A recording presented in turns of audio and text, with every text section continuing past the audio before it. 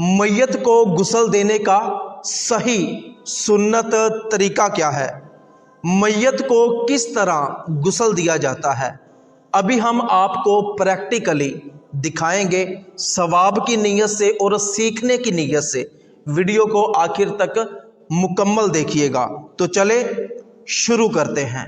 जिस तख्ते पर मैयत को गुस्ल देना हो उस तख्ते पर मैयत को कपड़े उतार कर लेटा दें और मैयत की नाफ से लेकर मैयत के घुटनों तक ये सतर का हिस्सा है, इस सतर के हिस्से को किसी मोटे कपड़े से छुपा दें ताकि मैयत का सतर नजर ना आए, बेपर्दगी ना हो। मैयत को गुस्ल देने के लिए एक टब में बेरी के पत्तों वाला नीम गर्म पानी लें।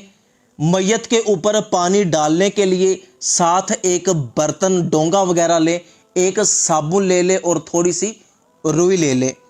इसके बाद आपने सबसे पहले मैयत को इस्तिंजा करवाना है। मैयत को